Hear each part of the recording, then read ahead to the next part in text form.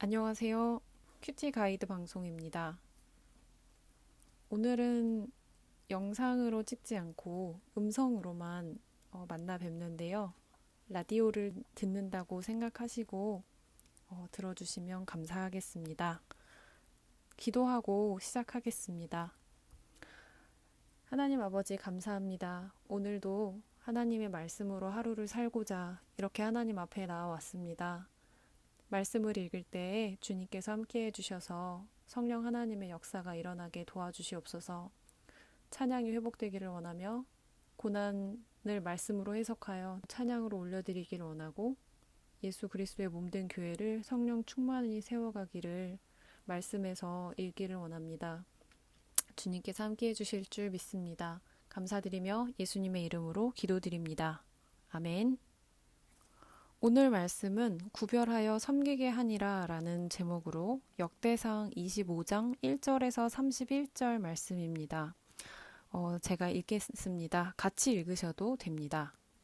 다윗이 군대 지휘관들과 더불어 아삽과 헤만과 여두둔의 자손 중에서 구별하여 섬기게 하되 수금과 비파와 재금을 잡아 신령한 노래를 하게 하였으니 그 직무대로 일하는 자의 수요는 이러하니라.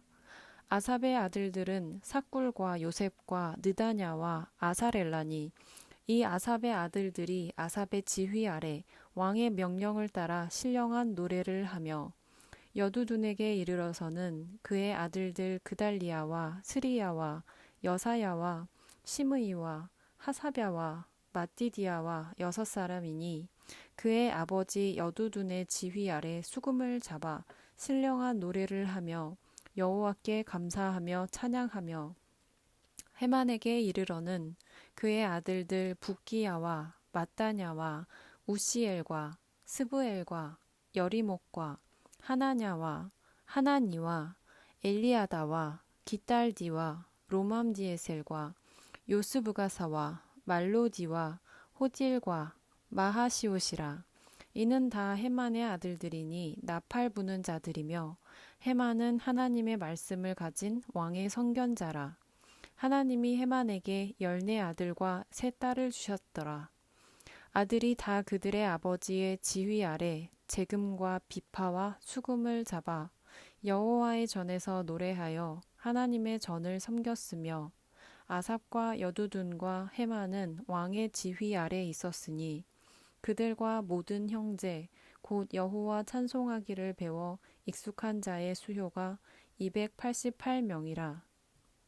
이 무리의 큰 자나 작은 자나 스승이나 제자를 막론하고 다같이 제비 뽑아 직임을 얻었으니 첫째로 제비 뽑힌 자는 아삽의 아들 중 요셉이요 둘째는 그달리아이니 그와 그의 형제들과 아들들이 10명이요 셋째는 삭굴이니 그의 아들들과 형제들과 12명이요 넷째는 이스리이니 그의 아들들과 형제들과 12명이요 다섯째는 느다냐이니 그의 아들들과 형제들과 12명이요 여섯째는 붓기야니 그의 아들들과 형제들과 12명이요 일곱째는 여사렐라니 그의 아들들과 형제들과 12명이요 여덟째는 여사야니 그의 아들들과 형제들과 12명이요 아홉째는 마따냐니 그의 아들들과 형제들과 12명이요 열째는 시므이니 그의 아들들과 형제들과 12명이요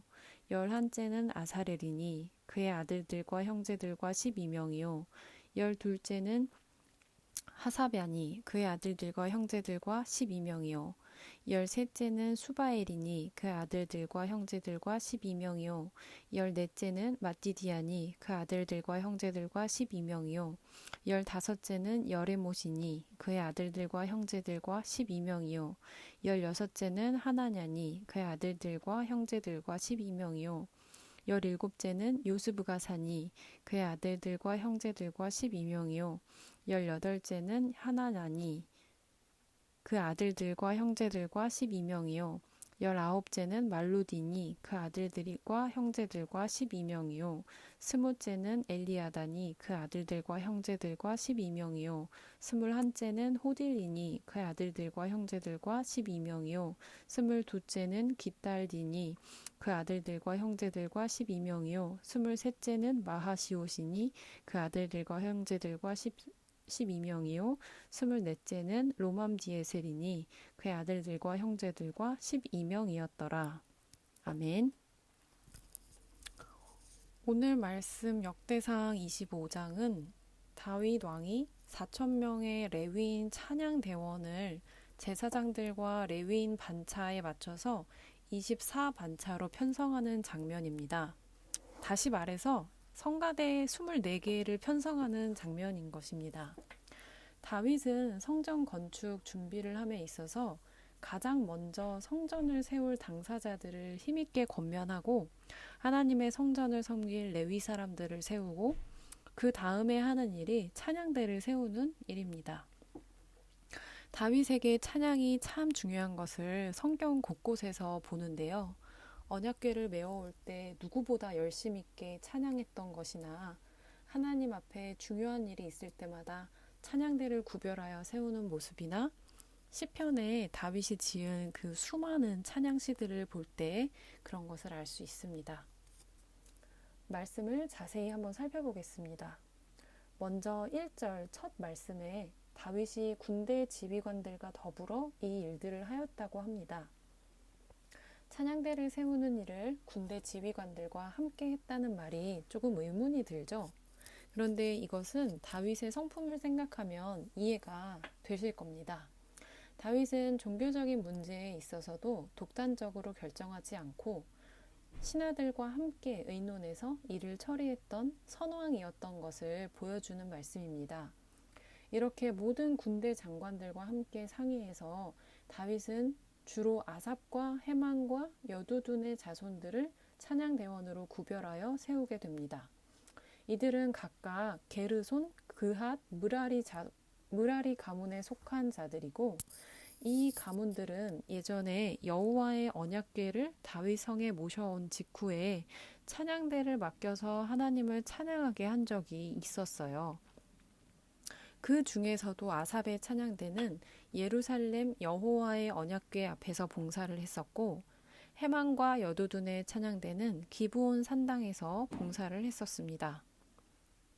본문으로 돌아오면 이들이 수금과 비파와 재금을 잡아 신령한 노래를 하게 하였다고 합니다.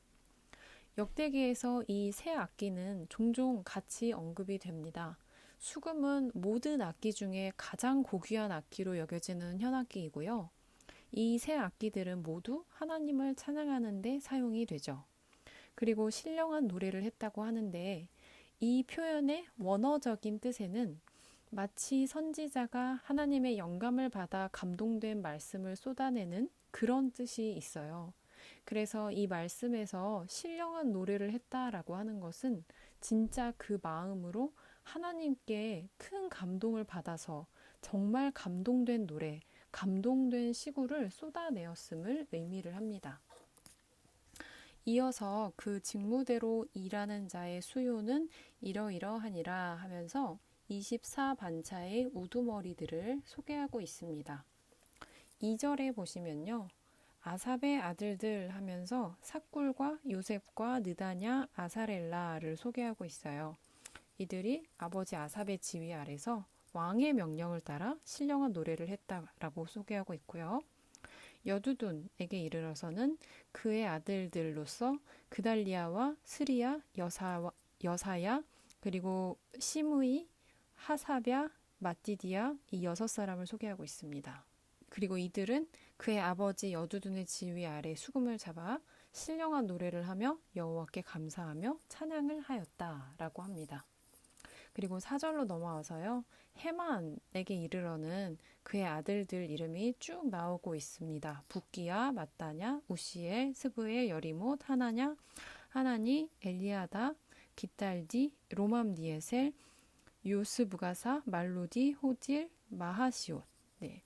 이 헤만의 아들들은 나팔을 부는 자들이며 라고 했는데, 그런데 여기서 나팔을 부는 자들은 아들들이 아니라 사실은 해만을 가리킵니다. 여기는 오역입니다. 그리고 해만은 하나님의 말씀을 가진 왕의 선견자이다 라고 합니다. 왕의 선견자라고 함은 하나님과 왕 사이에서 하나님의 뜻을 왕에게 전달해주는 사람을 가리키는데요. 역대하의 다른 말씀에서는 아삽과 여두둔도 선견자로 소개되기도 합니다. 그런데 이들은 악사들이잖아요. 그래서 갓이나 나단과 같은 진짜 전문 선지자, 선견자가 아닌 하나님의 영에 감동된 찬송시를 통해서 왕에게 하나님의 뜻을 전달한 것으로 보는 것이 맞다고 봅니다. 네, 그 다음에 6절입니다. 이들이, 여기서 이들이란 아삽과 여두둔과 해만의 모든 아들들을 가리키죠. 이들이 다 그들의 아버지의 지휘 아래 재금과 비파와 수금을 잡아 여호와의 전에서 노래하여 하나님의 전을 섬겼으며, 아삽과 여두둔과 해만은 왕의 지휘 아래 있었다. 그리고 7절, 그들과 모든 형제 곧 여호와 찬송하기를 배워서 익숙한 자의 수요가 288명이었다. 이 288명의 찬송에 익숙한 이 사람들은 다른 레위인 형제들을 가르치기 위한 사람들이었다고 합니다. 하나님을 찬양하기 위해 다윗이 소집한 레위인의 총수는 모두 4,000명이었어요. 그쵸? 네, 8절로 넘어가겠습니다. 이 무리의 큰 자나 작은 자나 스승이나 제자를 막론하고 다 같이 제비 뽑아 직임을 얻었다. 이 말은 다윗 왕이 소집한 이 4,000명의 찬양대원 모두는 예외 없이, 그리고 아무 차별 없이 찬양대의 24반차에 속하게 되어 있다는 사실을 말해줍니다. 그리고 찬양대에 남을 가르치는, 찬양을 가르치는 288명도 포함이 돼 있었어요. 하지만 24반열의 순서를 결정함에 있어서는 아무 차별 없이 제비를 뽑아서 결정하였다는 말입니다. 그리고 그 이후 9절부터 마지막 31절까지 24반차 직임의 순서를 말하고 있습니다. 네, 말씀은 이렇게 이야기를 해보고요. 적용으로 넘어가 보겠습니다. 첫 번째 파트는 1절에서 3절까지의 부분이에요. 여기는 구별된 섬김이라는 타이틀로 되어 있어요. 다윗은요, 늘 특별한 상황에서 찬양을 했습니다. 시편을 보면 사울에게 목숨을 위협받을 때 찬양시를 지은 걸 볼 수 있고요. 전쟁할 때 승리를 주실 것을 찬양해요. 아직 주시지 않았지만 분명히 하나님은 승리를 주실 것이기 때문에 주실 하나님을 찬양하고요. 왕이 된 후에는 중요할 때마다 찬양단을 구별하여 세웠습니다. 그만큼 다윗은 이 찬양이라는 걸 중요하게 여겼다는 것이죠. 큐티인의 이 찬양대의 임무와 사역을 아주 잘 설명을 해주었어요. 이걸 우리에게 적용을 한번 해보았어요.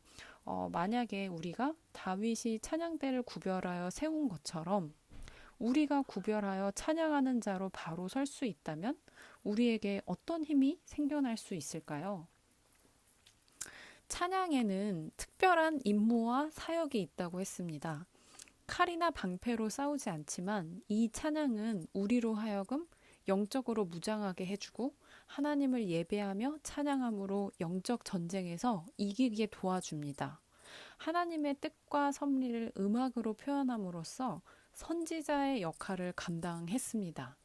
찬양에는 선포와 고백의 기능이 있죠. 본문에서는 신령한 노래라고 표현을 했어요. 이것은 곡조를 담은 찬양인 동시에 고난 가운데 있는 삶을 하나님의 말씀으로 해석한 내용인 것입니다. 중요한 것은 음악적으로 아무리 아름다워도 또 우리가 아무리 잘 들어도 우리가 입술을 열어서 고백하지 않으면, 그리고 성령 충만하게 믿음으로 고백하지 않으면 부를 수도 없고 은혜를 받을 수도 없는 것이 찬양이라는 것입니다. 오늘 내 입술에 찬양이 말라 있다면 그 이유가 무엇인지, 언제부터였는지 하나님 앞에서 깊이 묵상해 보시고 나의 찬양이 회복되기를 원한다고 기도하시기를 바랍니다. 그리고 찬양에 은사가 없다고 생각하시는 분 혹시 계시나요? 찬양은 신령한 노래입니다. 하나님을 향한 선지자적 역할을 감당하는 표현입니다. 오늘날 예수 그리스도를 믿음으로 우리의 신분이 변화되었는데 어떻게 변화되었는지 혹시 아시나요? 우리는 택하신 족속으로서 왕 같은 제사장이고 거룩한 백성입니다. 이 찬양의 직분으로부터 소외되는 하나님의 백성은 아무도 없다고 저는 믿습니다. 각자의 가지신 특색에 따라서 찬양의 모양이 다를 수는 있겠죠? 오늘 이 시간에 찬양에 대한 새로운 마음을 하나님께 고백하시고 결단하시고 구별된 찬양의 직분으로 주님을 향한 신령한 노래를 부르시는 성도님들 되시기를 기도합니다. 두 번째 파트 4절에서 7절은 해만의 이야기인데요. 큐티인에서는 5절에 나온 해만의 자녀들의 이야기에서 비롯된 시편 이야기에서 적용점을 찾고 있습니다. 해만에게는 하나님께서 14명의 아들과 3명의 딸을 주셨는데 여섯째 아들부터 14째 아들의 이름을 연결하면 한편의 찬양시가 된대요. 그 이름이 그런데 고난을 겪으면서 지은 시라는 것입니다. 근데 그렇게 하나님을 믿는 믿음 안에서 살 때 말씀으로 해석된 삶을 노래로 지어 부른다면 우리의 삶은 어떤 노래가 되겠는가 하는 것이 이제 큐티인에서 우리에게 제안한 적용이에요. 다시 한번요. 하나님을 믿는 믿음 안에서 살 때 말씀으로 해석된 삶을 노래로 지어 부른다면 우리의 삶은 과연 어떠한 노래가 될까요? 네, 되게 새로운 차원의 적용이라고 저는 생각을 했습니다. 이게 큐티가 아니라면 정말 노래를 만들어 보자는 제안을 하고 싶었어요. 하지만 큐티이기 때문에 오늘 우리는 해만처럼 오늘 우리에게 직면한 고난이 있다면 그것을 말씀으로 해석하는 훈련을 해보기를 원합니다. 지금 이 시간은 아무도 보지 않고 하나님과 단 둘이 있는 시간이잖아요. 하나님께 우리의 문제를 내어놓고 하나님의 시선으로 그 문제를 바라보고 말씀으로 해석하는 시간이 바로 이 시간입니다. 충분한 자기 자신과의 영적 전쟁의 시간이 되시기를 바라고 승리하는 시간이 되기를 기도합니다. 그리고 그 묵상의 내용이 반드시 찬양으로 바뀌는 역사가 일어나기를 기도합니다. 세 번째 파트 8절부터 마지막까지의 말씀인데요.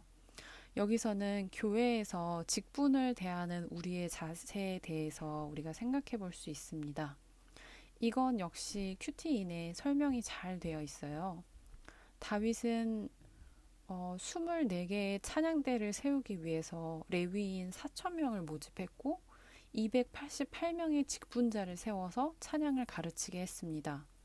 하지만 24반차를 뽑을 때는 모두 다 공평하게 제비뽑기를 해서 순서와 임무를 정하는 걸 볼 수 있습니다. 하나님을 찬양하는 일은 하나님의 영으로 하는 것이고 다윗은 이 원리를 알았기 때문에 하나님의 영이 충만한 사람들을 차별 없이 뽑아서 세웠습니다. 인간의 지혜나 연륜, 경험이나 실력을 보지 않았어요. 그리고 가르치는 그 288명의 사람들도 가르치는 그 사람의 권위를 내세우지 않고 다윗에게 순종해서 제비뽑기로 섬김에 참여했죠. 우리도 교회에서 섬길 때 그리고 직분자를 세울 때 이 점을 잘 생각해서 우리를 먼저 살펴야 할 것 같습니다. 외적인 조건을 보고 사람을 세우려 하지 않는가? 우리는 그 사람의 어떤 점을 판단하여 직분자로 세워야 할 것인가? 직분자는 세워진 뒤에도 성장해 갈 수 있습니다. 사람을 세우는 것은 날마다 말씀의 인도함을 받으며 그 직분에 필요한 영적 분별력을 키우는 것이라고 하겠습니다. 그래서 내가 누군가를 세워가는 사람이라면 그 사람의 입장에서 생각해 볼 것이 있겠고요.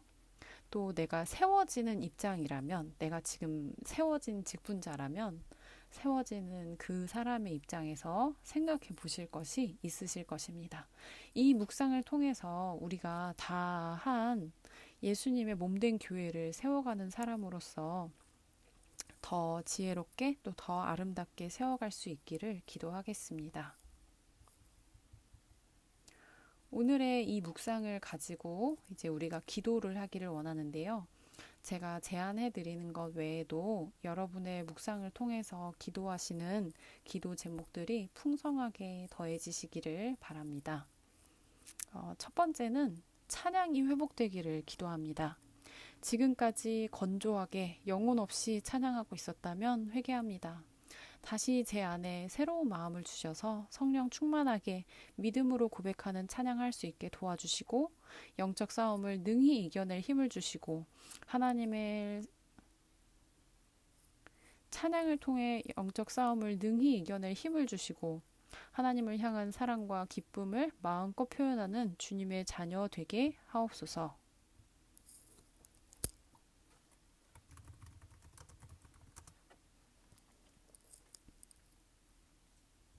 두 번째는 오늘 나의 고난을 말씀으로 해석하여 찬양으로 올려드리길 원합니다. 이 세상의 모든 악함에도 하나님께서는 선하시며 나의 상황도 결국은 선하게 이끄실 것을 믿습니다. 하나님을 향한 나의 신앙과 마음을 지켜주시고 지금 이 상황을 이겨낼 힘과 용기와 실제적인 도움을 허락해 주시옵소서. 주실 것을 믿고 하나님을 찬양하게 하옵소서. 세 번째는 예수 그리스도의 몸된 교회를 성령 충만히 세워가게 하옵소서.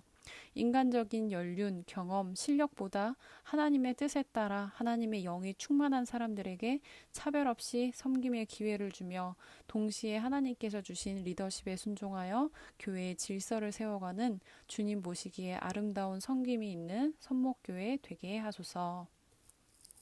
이렇게 기도하시면 좋겠습니다. 이제 여러분의 자유로운 묵상과 결단과 기도가 이어지시길 바랍니다. 그 시간을 위해서 제가 짧게 기도해 드리겠습니다. 하나님의 말씀을 사랑하는 자에게 한없는 은혜를 베푸시는 하나님, 오늘 이 시간 하나님의 말씀을 읽고 성령 충만해져서 삶이 변하기를 원하는 성도님들 계십니다. 이 시간 우리 성도님들의 처소에 함께해 주셔서 많은 놀라운 역사가 일어나기를 간절히 기도합니다. 예수님의 이름으로 기도드립니다. 아멘.